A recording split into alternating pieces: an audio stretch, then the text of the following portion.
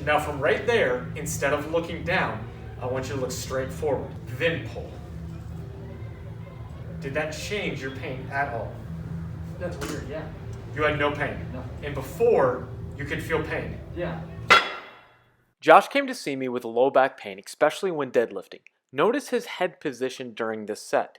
He told me that his pain was located in the lower left back, but mostly in the left glute. Listen to this next test I first learned from Dr. Stuart McGill. Hands underneath, right here. I want you to pull straight up as hard as you can. Any pain at all? No. No. Arch your back, big arch. Now pull straight up as hard as you can. Any pain? Feels better this way. Feels better that way. Okay, round your back. Okay, so flex, flex, flex. Okay, now pull up as hard as you can. 0 to 10, how bad? 2. 2. Now look up. Now pull up. Change it at all? I did not. No. Right. So head position changed your back pain even though we were flexed. Right. Okay, that's a good thing to know. Here's a spine model from Dynamic Disc Designs that explains what that test found. In this view, you can see the inner nucleus of the disc, and the small red line at the top is mimicking a small crack in the firm annulus fibers that run around it. Next, notice in this position the small red line in the disc and what happens next. When I flex the spine and add some compression, you can see a slight disc extrusion or disc bulge through that open crack. Next, notice how the spinal cord runs vertically with small nerve roots that exit laterally at each outlet like exits from a highway. Looking down causes the nerve roots to migrate upwards, whereas looking up causes them to drift down.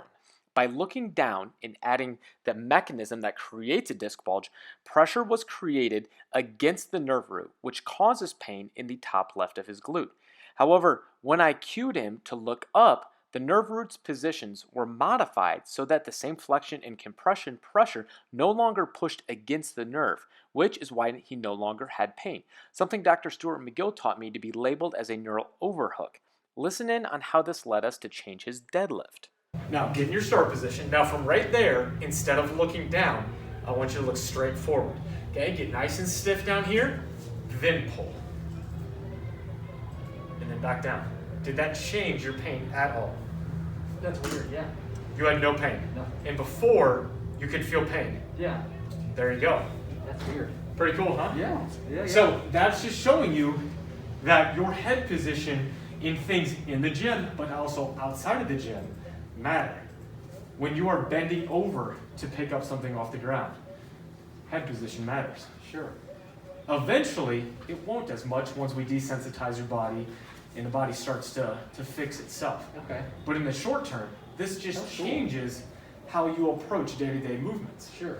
Because all we did was change your head position, and it took away your pain in your hip because of understanding how the body works as far as load. That's interesting. Pretty cool, That's huh? really cool. Yeah. Now, let's still work on the other things Sure. as far as hip mobility, core stability, things like that. Sure. Because we still have some work to do. But this shows you that this approach, That's cool. there you go. Yeah.